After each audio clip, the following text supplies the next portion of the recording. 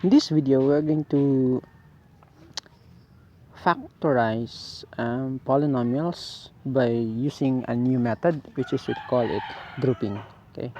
Usually, when I say grouping, it works on terms with common monomial terms for certain groups. So basically, the idea of grouping is, suppose we have four terms of a polynomial. So we try to group that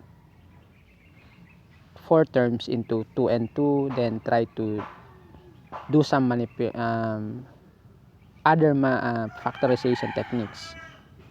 So let's start here with number 1. We have 2a b plus 2ac plus b squared plus bc. The first thing that we consider is we're going to group two terms, and the other two terms, the grouping must have common elements between those two. So in this case, we can group 2a b and 2ac because we know that there is something common between these two terms. We can also, aside from that, we can also group b squared and bc. So when we group these two terms, there must be common factor between them, and the other two terms must have also common factor between them. So aside from that, we can also group it this way: 2ab and bc, because we know that b is common between them. Okay, but for now, let's group it as this one. So how do we group it? We can say 2ab plus 2ac. We don't have an issue with addition, so we group it as like that. Then we get the common monomial factor each group. Okay, so we get the common monomial factor for that. What is the common between 2ab and 2ac? The common monomial factor is 2a. So what is left inside is b plus c. Then this time we now factor again this one, get the common monomial factor. That is, the common monomial factor between b squared and bc is b. And what's left inside is b plus c. So here is the one important step that you should check when you're doing grouping. Okay, so take note of this one. This must be the same. If they are different, there is something wrong in the previous steps. Okay, if they are different, there must be something wrong in the previous step. So what does it mean is that it tells us that between these two groups, b plus c is common. Okay, between these two groups. So take out that b plus c as a common factor between these two groups. Okay, then what is the other factor? So we take out this one, then the remaining common factor is 2a and plus b, and we write it here, 2a plus b. This is now the common factor between, this is now the factored form of this. Okay, so we group according to the common common factor between between the two terms in each group. Okay, then we take away, we factorize each group. Then after that, after each group is being factorized, we get the common factor between these two groups. There must be a common factor between the two groups. Okay, if there is no common factor between the two groups, meaning we cannot factorize it using grouping. So let's proceed with number 2. So here we have 9xy and 15x, then 6y squared and 10y. Suppose we want to, of course, obviously we can group 9xy and 15x, because here x and x is common. Between 9 and 15 there is 3, so we can group that one. But we may also group 9, just to show. We may also group 9 and 6y squared and 15x and 10y. Okay, so to do that, we will rearrange and rewrite our grouping. So we have 9xy, and the, let us say, group mate of 9xy is 6y square. So bring the sign. So if it's negative, you bring the sign. That's important. Then we don't have issue with the sign, so we say plus, then 15x plus 10y. Okay, we can also group it like the way we did a while ago, the first two terms and the third and last term. Okay, but this one we use the first and the third, the second and the fourth. So now we go back to the idea. We try to get the common factor between this one. So 9 and 6 we have 3. For xy and y square we have y. What is remaining inside is 3y. Okay, then 6y square, what's remaining inside is 2y. No, 3x, this should be 3x, then this is 2y. Okay, so 15 and 10, obviously 5 is common, then we have 3x plus 2y. Notice that they are the same. So we take out that as our common factor.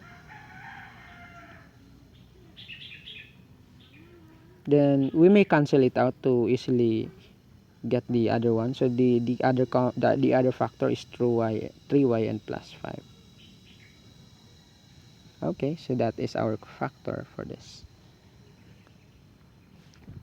Number 3. In number 3, there is, since we try, these are terms involving negatives. Then when we group it, there is something we do that is important when we group it, that involves negative. So let's try. We can combine this one and this one. So let's try combining 15xy plus 9x. Here we go. Since that is minus, the minus will become distributive. That gives us here 10y and plus 6. Okay, because the minus is distributive to the two terms inside, make sure that this last term sign is changed.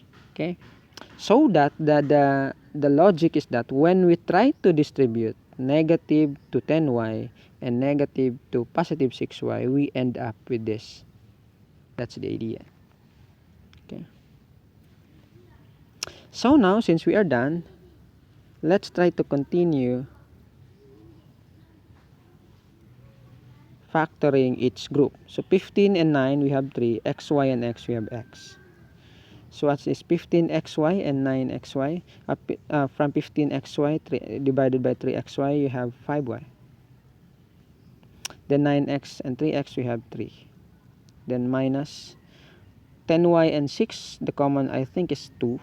Then 10y divided by 2 is 5y plus 6 divided 2 is 3. So notice that the 5y3 and the second group is still the same with the 5y3 in the first group.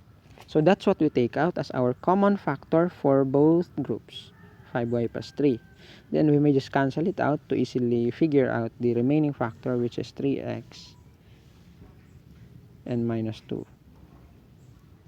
Okay, this is now our factor for this. Number 4. So the same. So what I did, so we try to group 15 AB minus 10 AC. Okay, then this is negative, so we need to distribute. So plus 4BC will become minus 4BC. That is because we want to distribute the negative in the middle, and will result should be to that. So now after that, we try to take out the common factor between 15AB and 10AC, and I think that is 5A. Then we try to divide this, and that you'll have 3B. 10AC divided 5A is 2C. Minus the common between 6B square and 4B is 2B. If we divide 6B square and 2B, we'll get 3B. Then that's minus 4BC divided 2B is 2C. As you can see, they are still the same. Okay, so taking 3b minus 2c as our common factor for both groups, you may cancel, you may not cancel, you may also cancel out. Then you are left with 5a 5a minus 2b. This is our factored form for this. Okay. So in last time, so this one is a trinomial. In lesson 5, we factored general trinomials, general quadratic trinomials using the the cross multiplication and using the multiplication frame. There were two techniques that we introduced there. So now we will also introduce third technique to that, factorizing general trinomials using grouping. Okay, we can apply grouping here in these three terms to factorize this one. Obviously, this becomes, we have like that times like that. Okay, so our first goal is to make this as rewrite this in four terms, but that the expression must be equal to this 2x squared plus 7x plus 5. Okay, so how do we do that? Okay, how do we do that is first step, we multiply this coefficient, that's what we call coefficient, and this positive 5. So that is 5, that's 10. Multiply that one, that's 10. Then try to list down the factors of um, 10. We have 10, 1, negative 10 times negative 1. Okay. 5, 2, negative 5 times negative 2. I think those are only the factors of positive 10. There's a need to include negative factors because, there are also terms which might be negative. So since here our 2x squared plus 7x plus 5 does not really involve negative terms, we may just exclude this and that. So we are left with 10, 1, 10 and 1, and 5 and 2. Among the 10, 1, and 5, 2, this is the next important thing that you should do, is that considering that this is 7x, which of this 10, 1, and 5, 2 will, if you add them, add. If you add them, results to 7. Okay? So 10 plus 1 is 11, 5 plus 2 is 7. Meaning, this one works. It becomes 7 when we add them. Okay? So what does it mean? What does it mean is that this is the factor that we're going to rewrite here as not, these are the factors that when we rewrite this one, this becomes 4 terms. So we will rewrite 7x in terms of 5x and 2x. So it's like saying 2x squared. We know that 7x is like saying 2x plus 5x. Remember that. We can write 7x as 2x and 5x. 2x plus 5x. So that's for here, right? And plus 5. Okay. So now we successfully transformed our trinomials into 4 terms. From 3 terms to 4 terms. So what do we do next is we go back to our idea here, grouping. Okay, so we group. I just want to highlight this one, that we rewrite 2x and 5x as 7x. So let's try to group 2x squared plus 2x. Then we don't have issue with the negative sign, so that's basically 5x plus 5. Then we get the common factor of 2x squared and 2x, that is basically 2x. Then that is 2x squared divided 2x is x. 2x divided 2x is 1. The common factor between, this is very easy, it becomes x plus 1. Notice that the x plus 1 are the same with the idea of grouping in the previous examples. So we have x plus 1 as our common factor. Cancelling this out, you will have left as 2x plus 5. this is now our factored form for this. So we say here x plus 1, 2x plus 5. Okay. So let's try again with another example. Number 6. So here we have, again, we rewrite negative 2x in terms of other two terms that will give us negative 2x. And that's a lot. Okay, that's a lot. If you to think of other two terms that will give us negative 2x, there's a lot. Infinite number of pairs. But to narrow down, we simply get it from 3 times negative 8. What is 3 times negative 8? That is negative 24. And there is a lot, I think.